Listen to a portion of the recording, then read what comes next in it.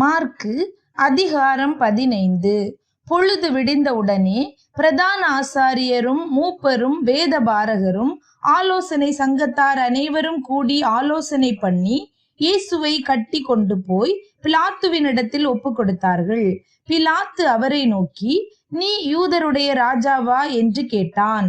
அதற்கு அவர், நீர் சொல்லுகிறபடிதான் என்றார். பிரதான ஆசாரியர்கள் அவர் மேல் அநேக குற்றங்களை சாட்டினார்கள். அவரோ மாறுதரம் ஒன்றும் சொல்லவில்லை. அப்பொழுது பிலாத்து மறுபடியும் அவரை நோக்கி, இதோ இவர்கள் உன்மேல் எத்தனையோ குற்றங்களை சாட்டுகிறார்களே, அதற்கு நீ உத்தரவு ஒன்றும் சொல்லுகிறதில்லையா என்று கேட்டான். இயேசுவோ அப்பொழுதும் உத்தரவு ஒன்றும் சொல்லவில்லை. அதனால் பிலாத்து ஆச்சரியப்பட்டான். காவல் பண்ணப்பட்டவர்களில் எவனை விடுதலையாக்க வேண்டுமென்று ஜனங்கள் கேட்டுக்கொள்வார்களோ அவனை அவர்களுக்காக விடுதலையாக்குவது பண்டிகை தோறும் பிலாத்துவுக்கு வழக்கமாயிருந்தது. கலகம் பண்ணி அந்த கலகத்தில் கொலை செய்து அதற்காக காவல் பண்ணப்பட்டவர்களில் பரபாஸ் எனப்பட்ட ஒருவன் இருந்தான். ஜனங்கள் வழக்கத்தின்படியே தங்களுக்கு ஒருவனை விடுதலையாக்க வேண்டுமென்று சத்தமிட்டு கேட்டுக்கொள்ள தொடங்கினார்கள். பொறாமையினாலே பிரதான ஆசாரியர்கள் அவரை ஒப்பு கொடுத்தார்கள் என்று பிலாத்து அறிந்து அவர்களை நோக்கி, நான் யூதருடைய ராஜாவை உங்களுக்கு விடுதலையாக்க வேண்டுமென்றிருக்கிறீர்களா என்று கேட்டான். பரபாசை தங்களுக்கு விடுதலையாக்க வேண்டுமென்று ஜனங்கள் கேட்டுக்கொள்ளும்படி பிரதான ஆசாரியர்கள் அவர்களை ஏவி விட்டார்கள். பிலாத்து மறுபடியும் அவர்களை நோக்கி, அப்படியானால் யூதருடைய ராஜாவென்று நீங்கள் சொல்லுகிறவனை நான் என்ன செய்ய வேண்டும் என்று கேட்டான். அவனை சிலுவையில் அறையும் என்று மறுபடியும் சத்தமிட்டு சொன்னார்கள். அதற்கு பிலாத்து, ஏன், என்ன பொல்லாப்பு செய்தான் என்றான். அவர்களோ அவனை சிலுவையில் அறையும் என்று பின்னும் அதிகமாய் கூக்குரலிட்டு சொன்னார்கள். அப்பொழுது பிலாத்து ஜனங்களை பிரியப்படுத்த மனதுள்ளவனாய் பரபாசை அவர்களுக்கு விடுதலையாக்கி இயேசுவையோ வாரினால் அடிப்பித்து சிலுவையில் அறையும்படிக்கு ஒப்பு கொடுத்தான். அப்பொழுது போர் சேவகர் அவரை தேசாதிபதியின் அரமனையாகிய மாளிகையில் கொண்டு போய் அவ்விடத்தில் போர் சேவகருடைய கூட்டம் முழுவதையும் கூடி வரச் செய்து சிவப்பான மேலங்கியை அவருக்கு உடுத்தி முள்முடியை பின்னி அவருக்கு சூட்டி, யூதருடைய ராஜாவே வாழ்க என்று அவரை வாழ்த்தி அவரை சிரசில் கோலால் அடித்து அவர் மேல் துப்பி முழங்கால் படியிட்டு அவரை வணங்கினார்கள். அவரை பரியாசம் பண்ணின பின்பு சிவப்பான அங்கியை கழற்றி அவருடைய வஸ்திரங்களை அவருக்கு உடுத்தி அவரை சிலுவையில் அறையும்படி வெளியே கொண்டு போனார்கள்.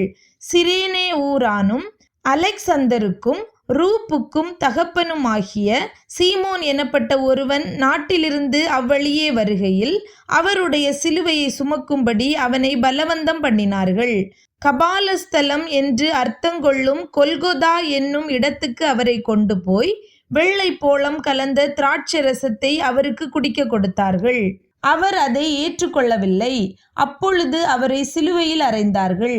அதன் பின்பு அவருடைய வஸ்திரங்களை பங்கிட்டு ஒவ்வொருவன் ஒவ்வொரு பங்கை எடுத்துக்கொள்ளும்படி அவைகளை குறித்து சீட்டு போட்டார்கள். அவரை சிலுவையில் அறைந்தபோது 3ஆம் மணி வேளையாயிருந்தது. அவர் அடைந்த ஆக்கினையின் முகாந்தரத்தை காண்பிக்கும் பொருட்டு யூதருடைய ராஜா என்று எழுதி சிலுவையின் மேல் கட்டினார்கள். அல்லாமலும் அவருடைய வலது பக்கத்தில் ஒருவனும் அவருடைய இடது பக்கத்தில் ஒருவனுமாக 2 கள்ளரை அவரோடே கூட சிலுவைகளில் அறைந்தார்கள். அக்கிரமக்காரரில் ஒருவனாக எண்ணப்பட்டார் என்கிற வேத வாக்கியம் அதனாலே நிறைவேறிற்று. அந்த வழியாய் நடந்து போகிறவர்கள் தங்கள் தலைகளை துலுக்கி, ஆ ஆ தேவாலயத்தை இடித்து 3 நாளைக்குள்ளே கட்டுகிறவனே, உன்னை நீயே ரட்சித்துக்கொள், சிலுவையிலிருந்து இறங்கி வா என்று அவரை தூஷித்தார்கள். அப்படியே பிரதான ஆசாரியரும் வேதபாரகரும் தங்களுக்குள்ளே பரியாசம் பண்ணி மற்றவர்களை ரட்சித்தான். தன்னைத்தான் ரட்சித்து கொள்ள திராணி இல்லை. நாம் கண்டு விசுவாசிக்கத்தக்கதாக இஸ்ரவேலுக்கு ராஜாவாகிய கிறிஸ்து இப்பொழுது சிலுவையிலிருந்து இறங்கட்டும் என்று சொல்லிக் கொண்டார்கள். அவரோடே கூட சிலுவைகளில் அறையப்பட்டவர்களும் அவரை நிந்தித்தார்கள். 6ஆம் மணி நேரம் முதல் 9ஆம் மணி நேரம் வரைக்கும் பூமி எங்கும் அந்தகாரம் உண்டாயிற்று. 9ஆம் மணி நேரத்திலே இயேசு எலோயி எலோயி லாமா சபக்தானி என்று மிகுந்த சத்தமிட்டு கூப்பிட்டார். அதற்கு என் தேவனே, என் தேவனே, ஏன் என்னை கைவிட்டீர் என்று அர்த்தமாம். அங்கே நின்றவர்களில் சிலர் அதை கேட்டபொழுது, இதோ எலியாவை கூப்பிடுகிறான் என்றார்கள். ஒருவன் ஓடி கடற்காளானை காடியிலே தோய்த்து அதை ஒரு கோலில் மாட்டி அவருக்கு குடிக்க கொடுத்து, பொறுங்கள், எலியா இவனை இறக்க வருவானோ பார்ப்போம் என்றான். இயேசு மகா சத்தமாய் கூப்பிட்டு ஜீவனை விட்டார். அப்பொழுது தேவாலயத்தின் திரைச்சீலை மேல் தொடங்கி கீழ் வரைக்கும் இரண்டாக கிழிந்தது. அவருக்கு எதிரே நின்ற 100க்கு அதிபதி அவர் இப்படி கூப்பிட்டு ஜீவனை விட்டதை கண்டபோது, மெய்யாகவே இந்த மனுஷன் தேவனுடைய குமாரன் என்றான். சில ஸ்திரீகளும் தூரத்திலிருந்து பார்த்து கொண்டிருந்தார்கள். அவர் கலிலேயாவில் இருந்தபோது அவருக்கு பின் சென்று ஊழியம் செய்து வந்த மகதலேனா மரியாளும், சின்ன யாக்கோபுக்கும் யோசேக்கும் தாயாகிய மரியாளும், சலோமே என்பவளும், அவருடனே கூட எருசலேமுக்கு வந்திருந்த வேறே அநேக ஸ்திரீகளும் அவர்களோடே இருந்தார்கள்.